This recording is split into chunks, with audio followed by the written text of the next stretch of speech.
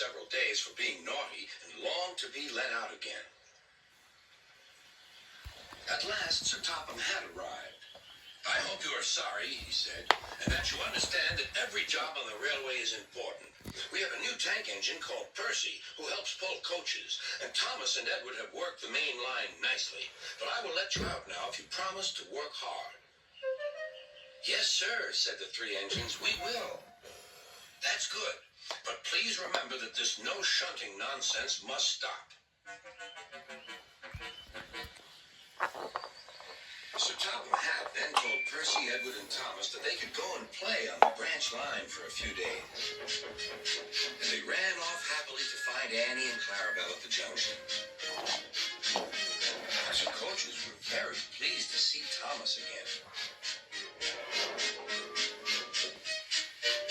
Edward and Percy played with the freight cars. "Stop, stop, stop," screamed the cars as they were pushed into their proper sidings. But the two engines lagged and went on shunting till the cars were tidily arranged.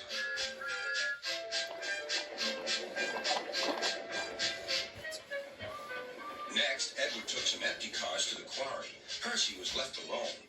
He didn't mind that a bit. He liked watching trains and being cheeky to the other engines. "Hurry, hurry, hurry," he would call, and they got very cross.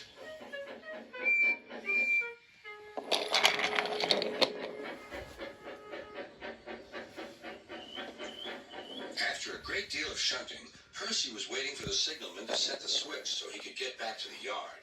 Percy was being rather careless and not paying attention. Edward had warned Percy, "Be careful on the main line. Whistle to the signalman that you were there." But Percy didn't remember to whistle, and so the busy signalman forgot him. Percy waited and waited. The switch was still against him, so he couldn't move. Then he looked along the main line.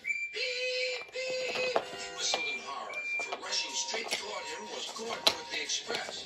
"Oh!" groaned Gordon. "Get out of my way!"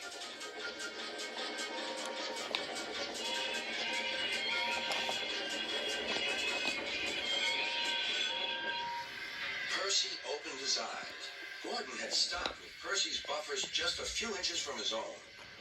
But Percy had begun to move. "I won't stay here. I'll run away," he puffed.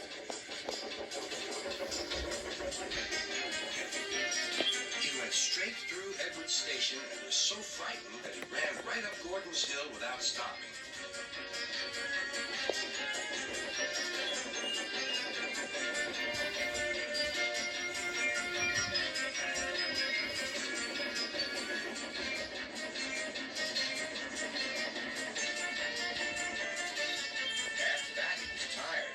Couldn't stop.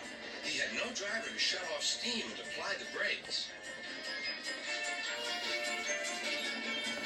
"I want to stop! I want to stop!" he puffed. The man in the signal box saw Percy was in trouble, so he kindly set the switch. Percy puffed wearily onto a nice empty siding, ending in a big bank of earth. He was too tired now to care where he went. "I want to stop! I want to stop!" "I have stopped," he puffed thankfully.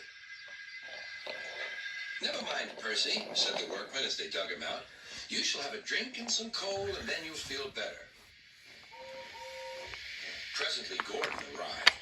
"Well done, Percy. You started so quickly that you stopped a nasty accident." "I'm sorry I was cheeky," said Percy. "You were clever to stop," replied Gordon. Then Gordon helped pull Percy out from the bank.